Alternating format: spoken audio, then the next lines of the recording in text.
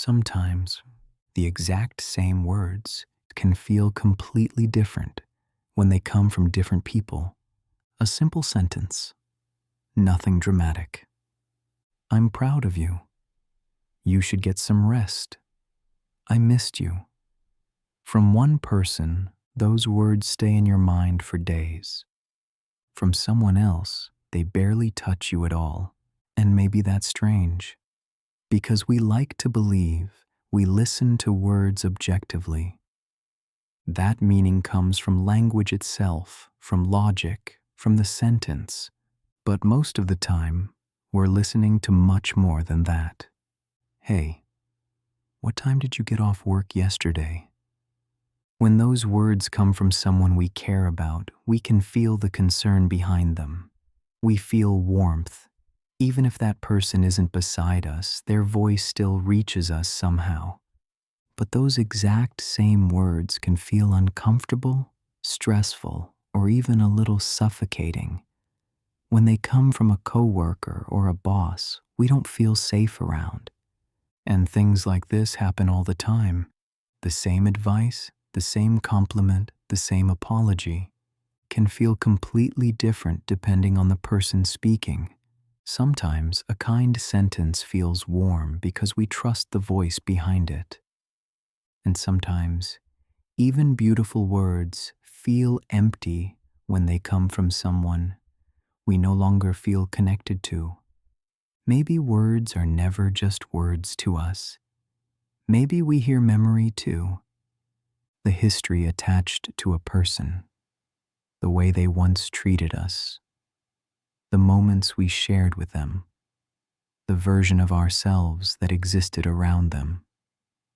Maybe that's why certain people can say very little and still affect us deeply, while others can say all the right things and somehow nothing reaches us at all.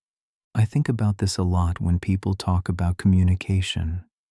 Most conversations are not only about information, they're about emotion, about whether someone feels safe, whether they feel sincere, whether we believe them. Even silence changes depending on the person beside us. There are people we can sit quietly with for hours without feeling uncomfortable, and there are people who make us feel tired after only a few minutes.